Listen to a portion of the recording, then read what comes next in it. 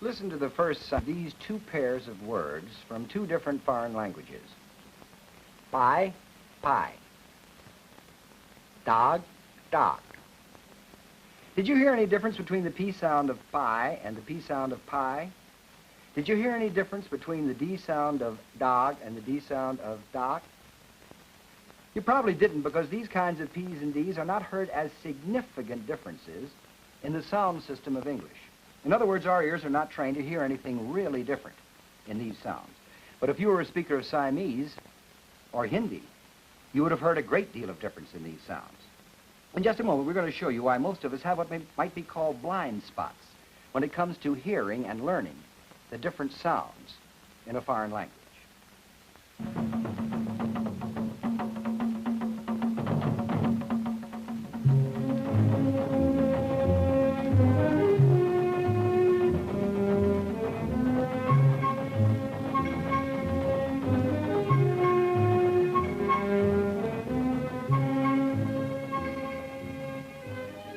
In our program last week, we were talking about language learning. We were talking about the fact that a great deal of the structure, the system of a language was learned very, very early in a person's life and completely outside of his awareness. And that these particular parts of the structure were often not represented in the writing system, like the stress patterns that we were demonstrating. We were also talking, of course, about the different standards, the different levels, if you will say, between the spoken language and the written language, and how that these oftentimes got confused. Now, what we're going to do today is to talk about the patterning of the sounds themselves, the speech sounds that make up all languages. We're going down to the very smallest unit and see again how this amazing business of patterning takes place.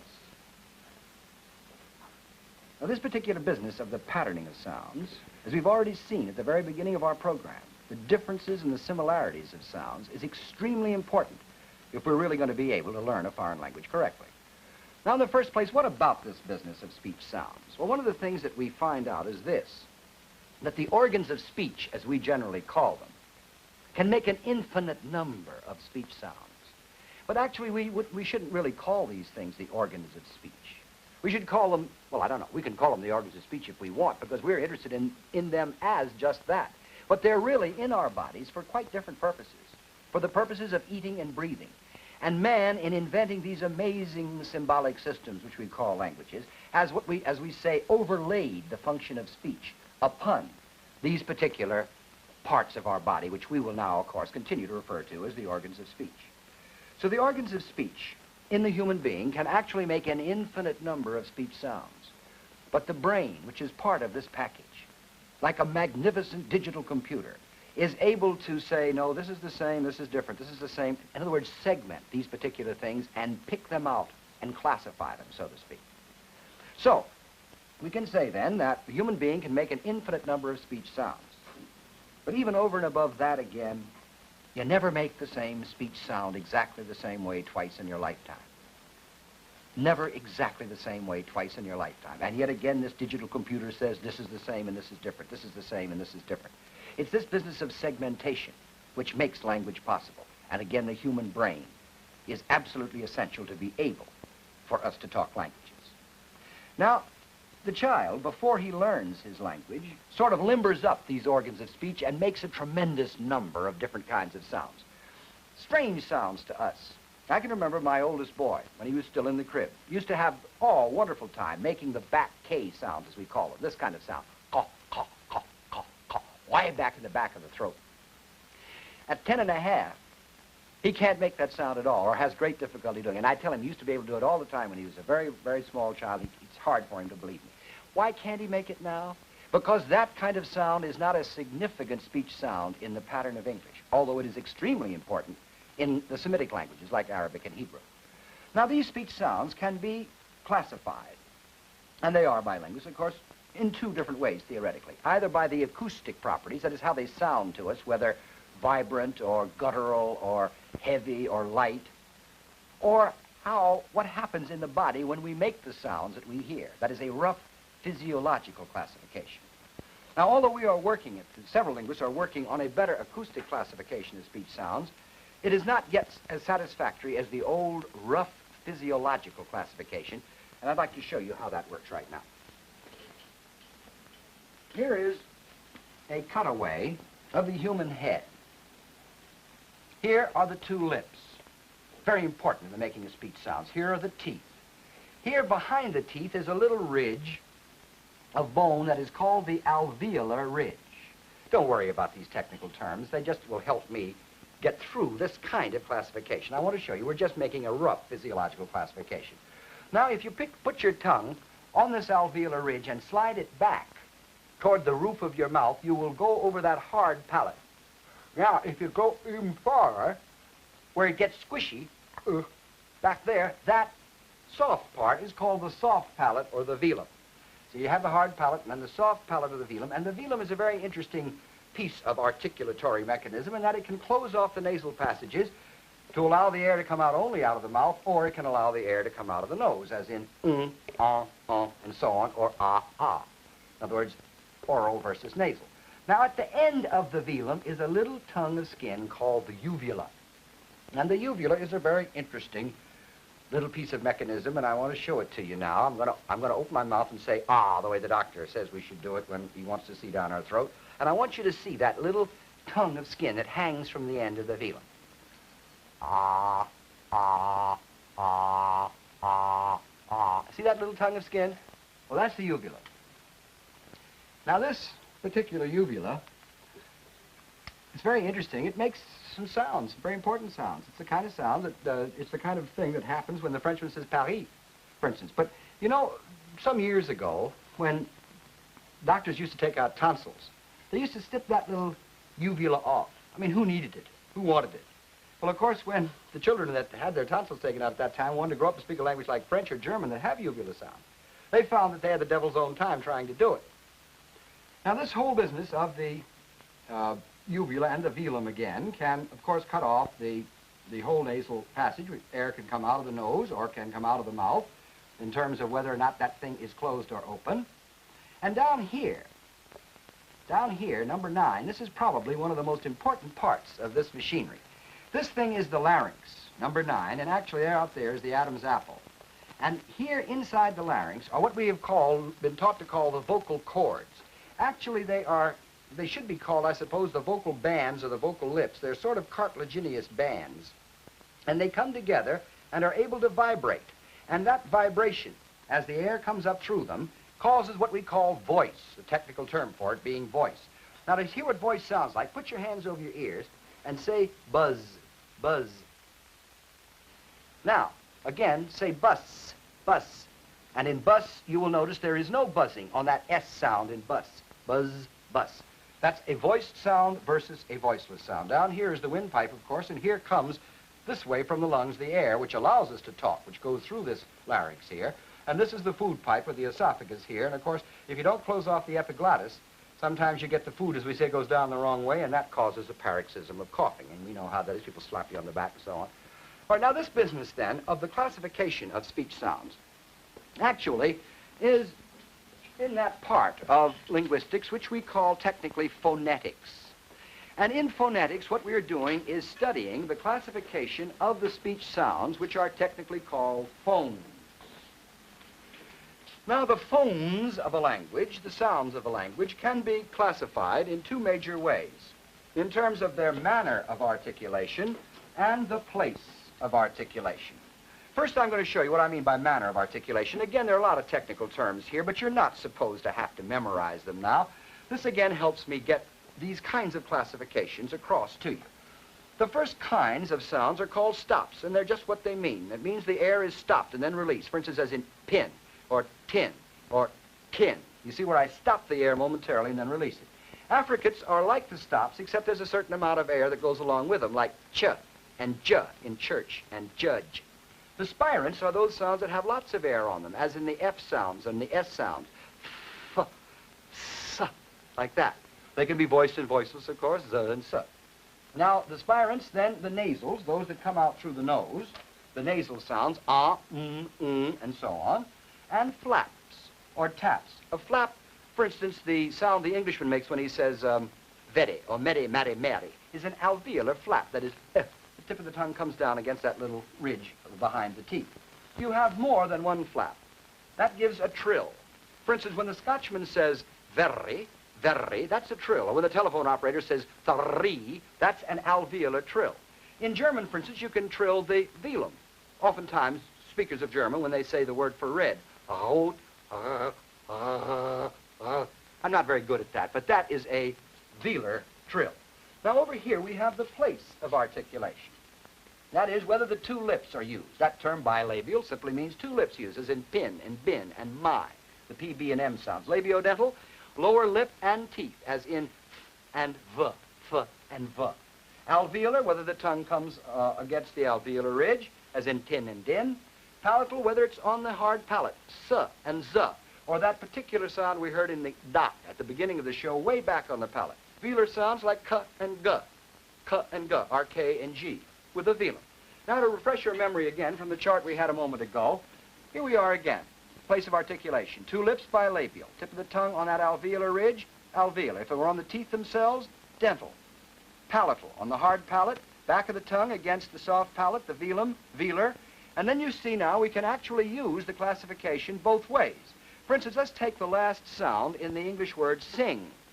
It is actually a velar, that is, the back of the tongue goes against this velum, sing, and the air comes out of the nose. So it is a velar nasal, so that we can classify these phones in terms of manner of articulation and place of articulation, referring again to this rough physiology.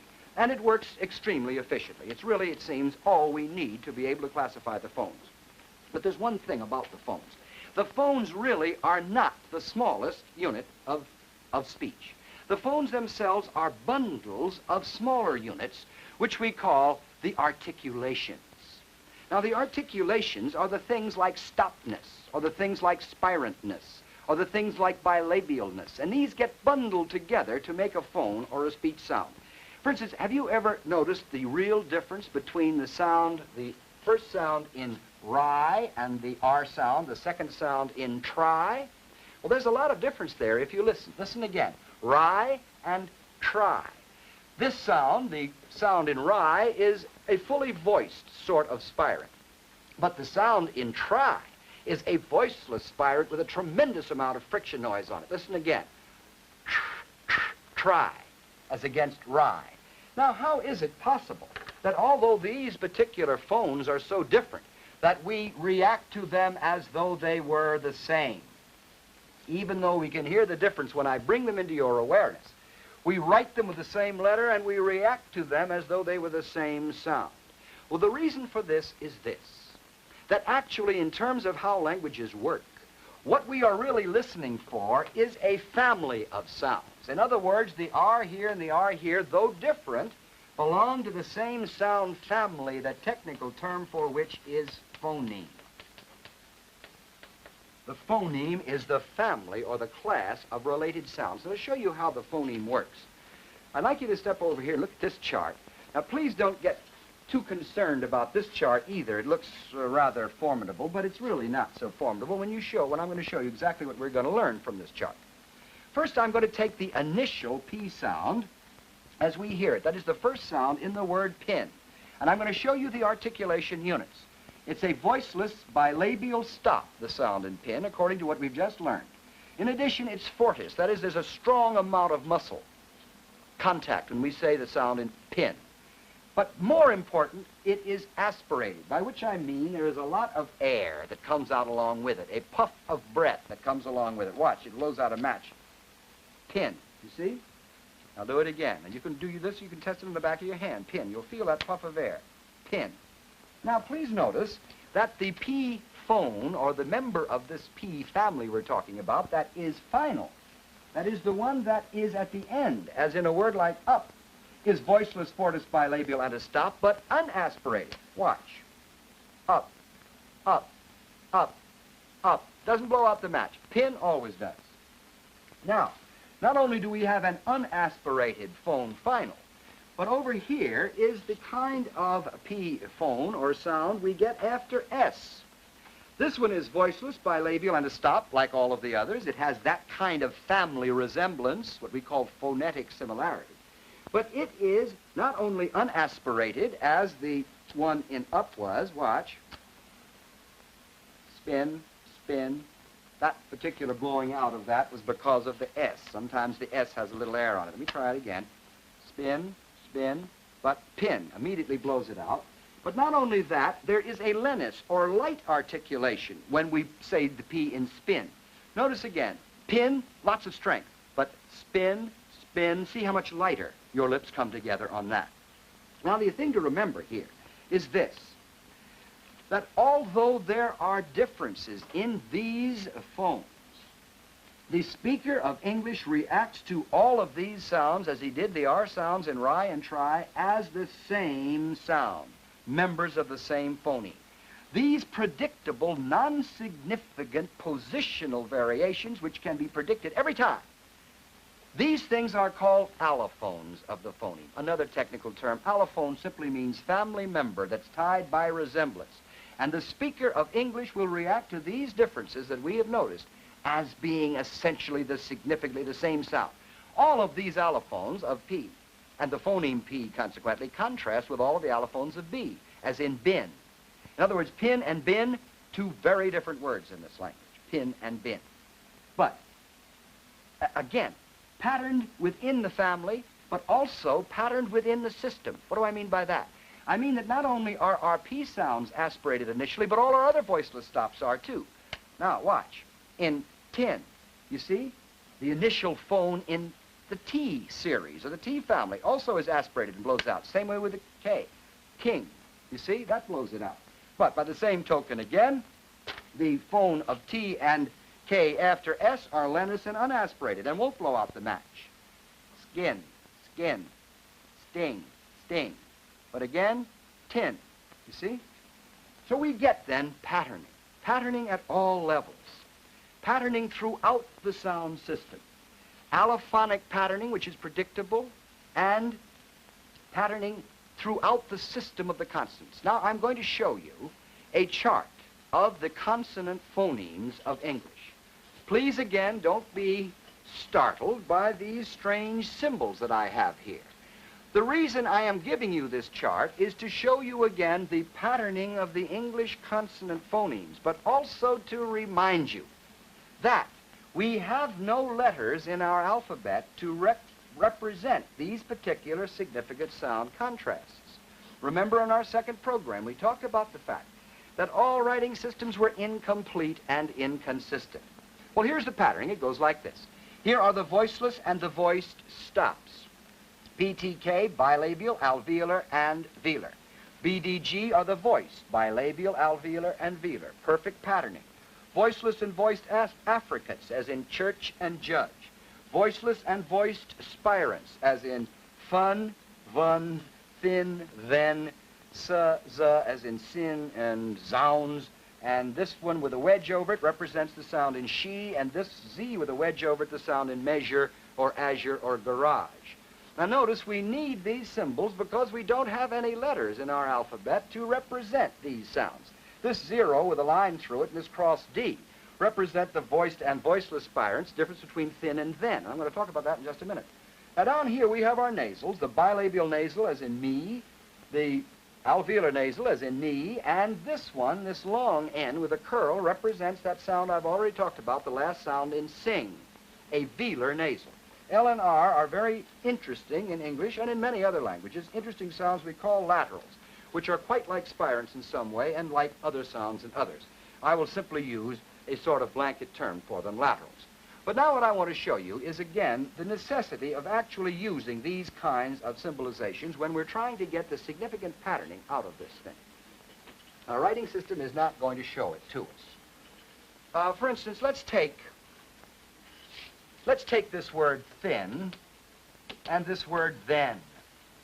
Now please notice in the writing system we have only the letters TH to represent these contrasting phonemes, the voiceless spirant, interdental, and the voiced one, the and the. Now the poor foreigner who doesn't have any spirants at all in this, for instance, a speaker of German doesn't, a speaker of many languages doesn't have any voiced spirants, they find an awful lot of trouble with the TH sound. But if they don't know that there is a phonemic contrast between the voiced and the voiceless, they get even more confused. In other words, it's absolutely necessary to have a systematic understanding of the patterning of your phonemes when you're learning a foreign language. Let's take even a more extreme case. Let's take the Spanish, which does not have this eng phoneme. That is, this sound we heard in sing, this velar nasal. They have a word in Spanish, también, which means also. T-A-M-B-I-E-N is the way it's spelled. But the speakers of Spanish, very frequently, particularly around Puerto Rico, for instance, will say both también and también. In other words, you'll say, did you say también with an N or también with an eng, so to speak? And he'll say, sí, también. You said también? Sí, también. También? Sí, también. In other words, he does not hear any significant contrast between n and ng. Think then of the problem the poor soul has when he has to come into English, which has a phonemic contrast between n and ng. In other words, sin and sing are quite different words in English, and yet he'll hear them the same. Run and rung, thin and thing, quite different words. But when he wants to say the sentence, I run down the hall to get the things, he comes out with, I run down the hall to get the things, or I run down the hall to get the things, or I run down... Well, you can see he has one chance in 25 of actually coming out with the sentence, I run down the hall to get the things. This business, then, of phonemic patterning.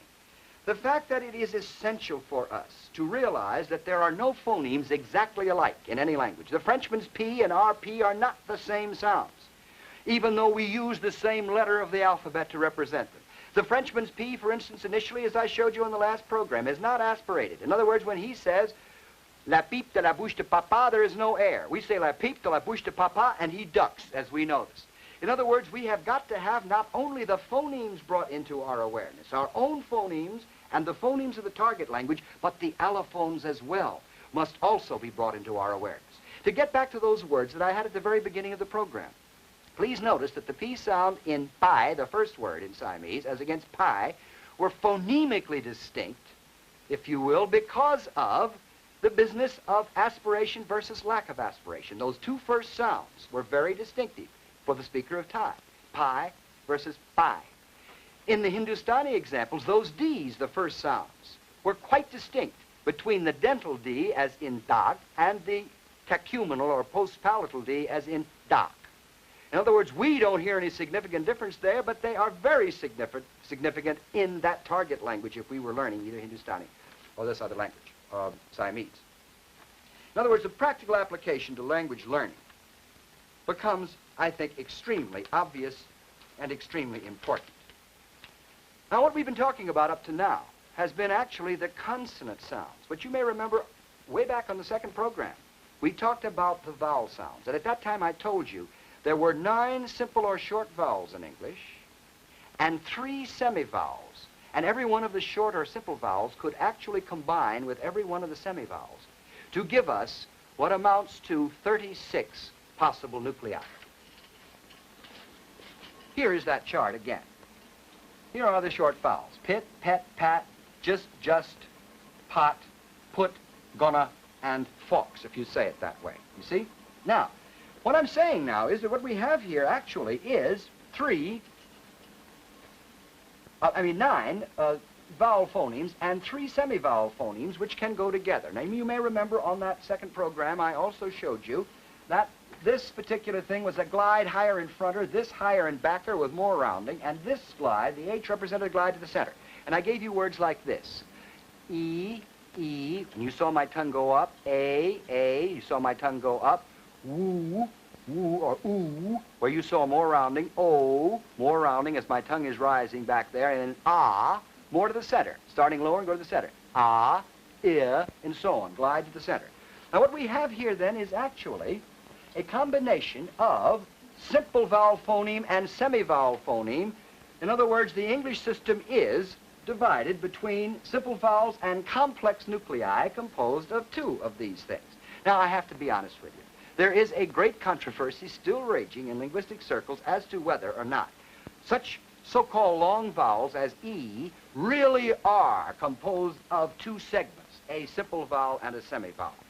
Now, if this is true, and if this analysis that I'm giving you is right, then the Y at the beginning of the word and the Y at the end of a word, as in ye, or yea, or the H, ha, at the end of a word, they ought to actually sound very much alike if we could ever get in the world somebody to really be able to say them backwards. Well, in order to test this out, what we have actually done is to make a tape. And that tape, you will hear a speaker who actually says the words first in normal order. Then mechanically, we have run it backwards on the tape and then spliced it. So that what we get is first you will hear the speaker say the ordinary word ye said, and words of that kind said that way. Then you will hear that same speaker actually with his voice running backwards. And what I want you to do is to ask yourself this question. Do these things sound alike both backwards and forwards? Because if they do, then this analysis and what you've seen inside the mouth in terms of the physiology, it must be something very much like that. It must be the same. All right, here now is that tape. Ye, ye, yay, yay, yay, yay, woo, woo, wow, wow, whoa, whoa, ha, ha. I think you'll have to admit they sound practically identically, whether forwards or backwards, which gives us a pretty good proof that our analysis of simple vowel phoneme and complex and semi-vowel phoneme is a very good analysis. At least until something to the contrary comes in, I'm going to buy it. Now, one thing I know that today we have gone very rapidly, and I've used a lot of technical terms. I've had to be technical on this program. Actually, what I want you to take away is this, that we are dealing with patterning at the very lowest, smallest level, if you will, the very lowest level of language. That this patterning, these articulation units, go into phones, and these phones, in turn, go into larger family units, which we call the phoneme. And that actually it is the phoneme that we listen to as the significant sound. In other words, we listen to the P contrasting with the B contrasting with the L, not with the phonetic contrast of the initial P with the final P and so on. These all are the same. In other words, to learn a foreign language properly, we must start right at this level, and we must hear the phonemic as well as the phonetic differences. We must have them brought into our awareness in spite of the way writing systems ignore them.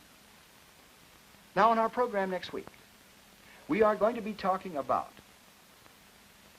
variations in speech, dialect variations. Every one of us has noticed the fact that the Southerner doesn't talk like the fellow from Boston, and he doesn't talk like the fellow from the northern part of Minnesota. In other words, how can we correlate this business of speech variation? Who talks how, for what reasons, why, or what can they be correlated with? So we are going to be talking about dialect variations, particularly in terms of vowel sounds, the same kinds of vowel phonemes that we were talking about here. That's what we're going to be doing next week. Speech variations, the whole matter of dialect, mainly on vowels, but also we will have something on vocabulary variations. Be with us then, won't you?